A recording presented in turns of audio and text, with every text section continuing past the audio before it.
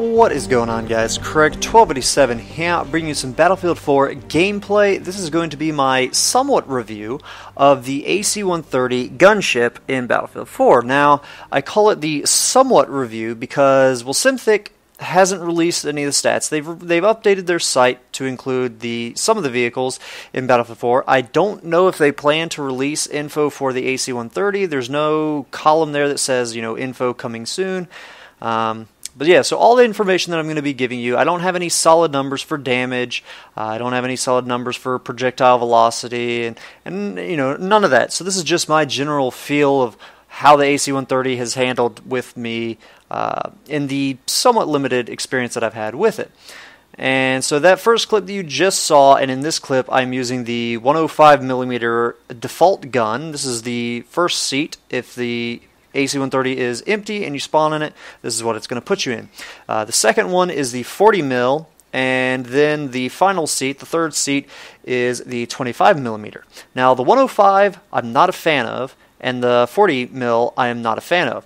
I've sped this gameplay up. This is actually at 1.5 times the speed because it shoots real slow, and it's just not the most entertaining thing to watch due to how little action this thing can actually get into.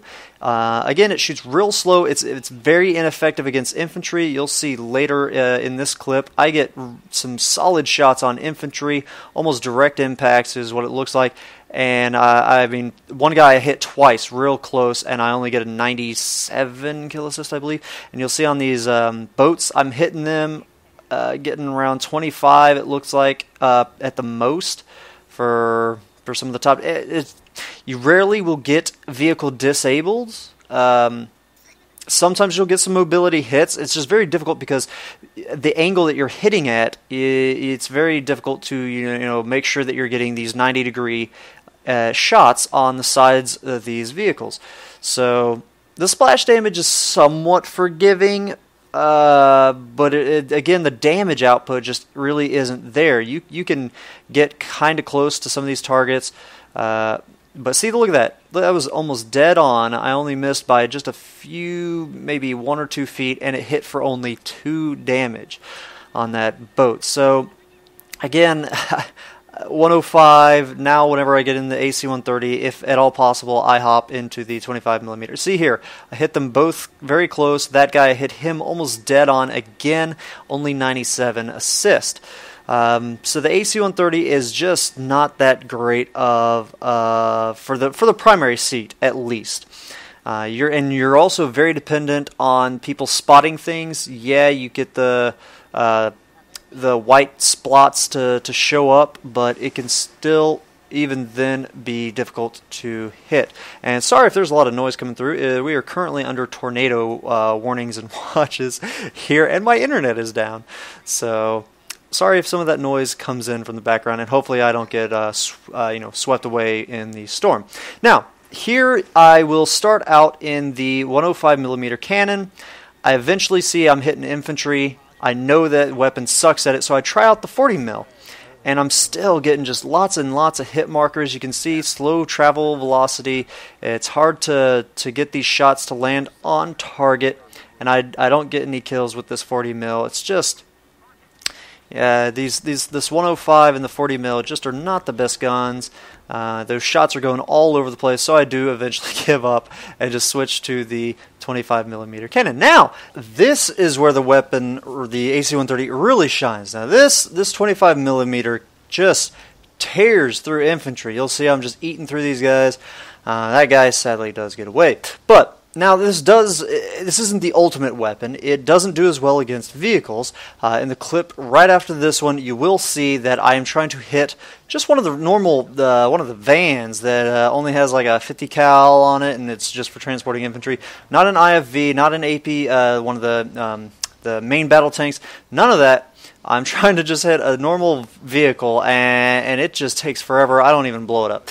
So this thing definitely has its limitation there, but what are you going to mostly see? You're mostly going to see some infantry, since the maps only have a limited number of tanks and APCs that are going to be available. So this definitely is the tool that is going to be the most effective. Now, it's also the easiest to hit against the air because, of course, the travel time. Now, it's still not easy. I'm not saying it's easy because there's still a heck of a lot of travel time. And again, the angle that you're shooting at just makes it very difficult to hit things. So, all right, so here I am hitting this standard vehicle. And notice how many times I'm getting hit markers with this thing. And so far, we're up to just 22 damage. Slowly getting up there. Oh, 40. We're almost to 50. Now, Craig gives up, and something just starts picking away at the damage, the health of the AC130, and I end up having to bail. So, yeah, that amount of time focused on just the one noob kind of vehicle, just a real light armor vehicle, and never even got to 50 damage. So, not nearly effective enough against vehicles. That is the only weakness of that gun because this thing just tears through infantry.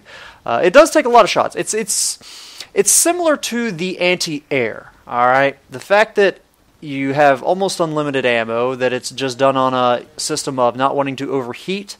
So if you burst properly, you pretty much never run out of ammo. So it's kind of like the anti-air in that regard. And it's not as accurate, but the fact that you're above shooting down, you don't have to worry about people getting into too much cover.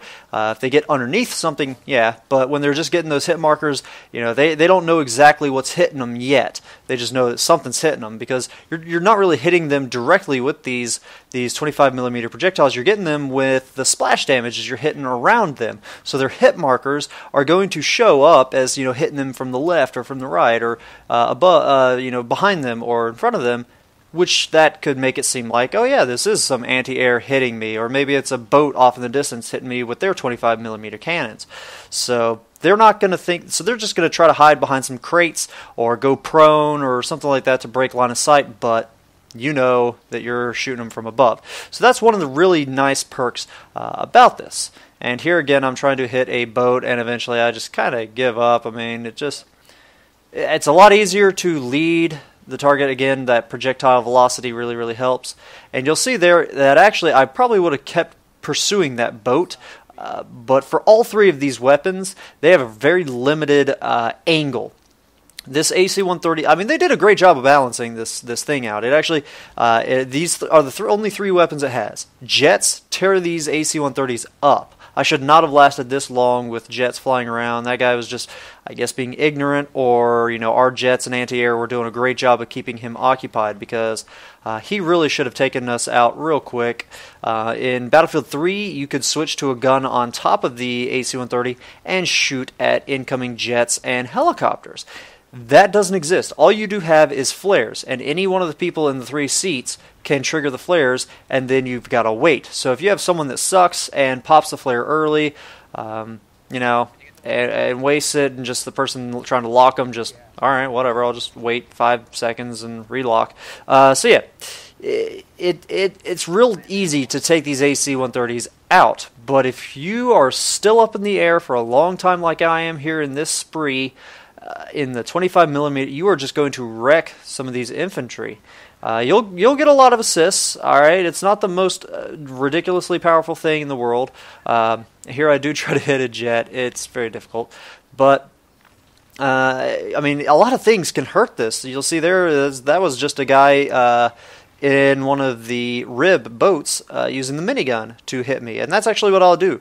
When I know an AC-130 is up, it's an easy potential 3 kills and a vehicle destroy point, but I'll use whatever I've got to take that out, whether it's a tank, 50 cal gun on a vehicle. The anti-air is your best option aside from a attack jet, and then the fast attack crafts, which are the attack boats, the FAC, and the ribs. I mean, there's just so much out there that can hit this thing because it flies in the same path.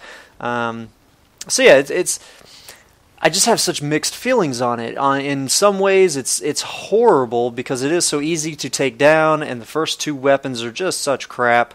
But in the other way, if people let you stay up in the air and you're on that 25mm cannon, or machine gun, I guess, or whatever it is, it just wrecks infantry. I mean, and these guys don't know what's going on, and it's taken me forever, but you know, it's a good distraction. It's a good way to keep them suppressed.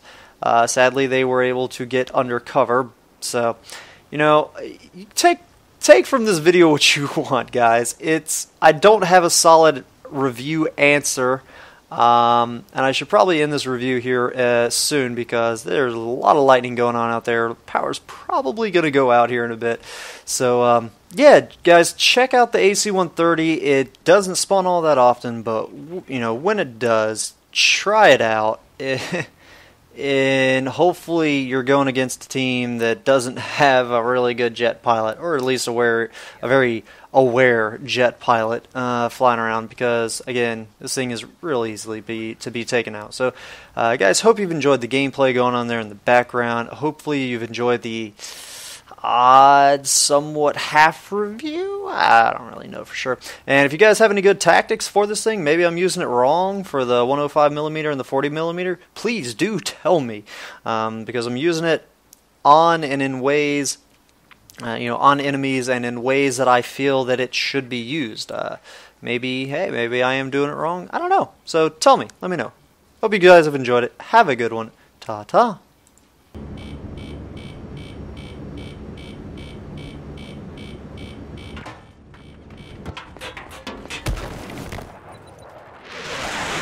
35.